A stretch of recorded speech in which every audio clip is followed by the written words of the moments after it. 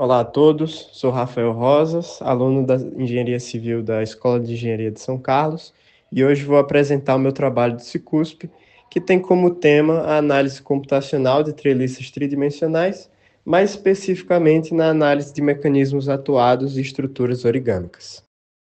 Antes disso, é preciso contextualizar o tema, porque à primeira vista o origami é só relacionado com a arte de dobrar papel, sendo que ele tem ganhado cada vez mais visibilidade no desenvolvimento tecnológico, devido a algumas propriedades que são muito interessantes para as aplicações na engenharia, como a sua retratibilidade, que permite que ele seja compactado de maneira a facilitar o transporte, mas ao mesmo tempo eles conseguem ser dobrados, implementados de maneira fácil e rápida para diversas formas, como pontes, abrigos, estruturas aeroespaciais, tudo isso em estruturas relativamente leves.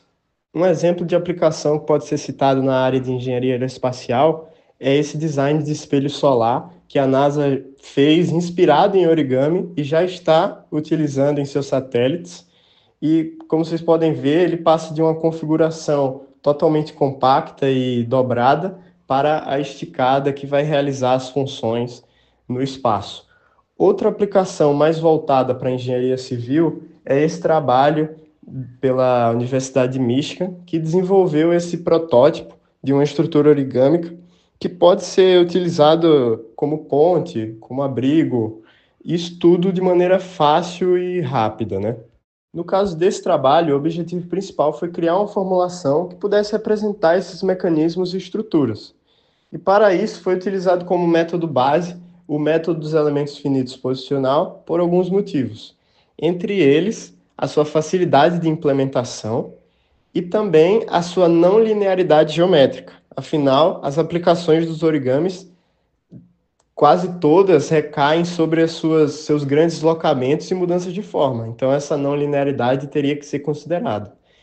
Para tanto, foi elaborado, junto com o orientador, esse elemento de origami, formado por 4 nós e 5 barras, e para integrá-lo com o método original, foi relacionada uma energia a esse giro entre painéis do elemento. Como vocês podem ver, ele leva em conta uma constante, como se fosse uma constante de mola de giro, e a diferença entre o ângulo desses painéis.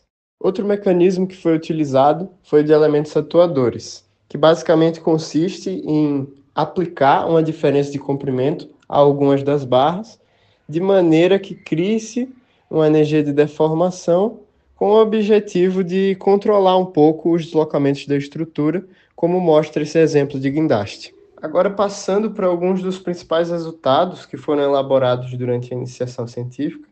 Primeiro eu vou citar essa cobertura retrátil que foi feita aí.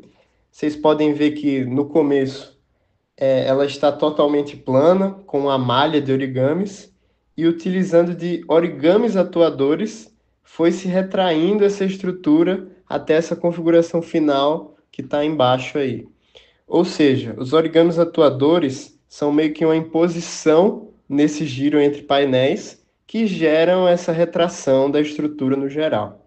Por fim, para falar do outro resultado que foi elaborado, foi feita uma simulação de um stent. O que é isso? É um dispositivo cirúrgico que é um microcilindro que é aplicado, colocado em veias e artérias para regular e também medir a pressão sanguínea. Mas como é que isso foi feito com estruturas origâmicas? Bom, o passo a passo foi o seguinte. Primeiro foi criada essa malha de origamis com um formato específico para gerar a forma final que a gente visou. E depois foram utilizados origamis atuadores para ir fazendo essa curva nessa malha até essa forma final aqui, que forma quase que um cilindro, né? Um cilindro meio estranho. E depois, para mostrar o que seria o mecanismo de regulamento de pressão sanguínea, foi aplicada forças para esticar esse stent na direção longitudinal do cilindro, e isso ocasionou um aumento, uma expansão diametral, que é um dos parâmetros interessantes, né? O coeficiente de Poisson negativo dessa célula de origami que foi utilizada. Bom, pessoal, minha apresentação foi essa. Espero que tenham gostado e até uma próxima.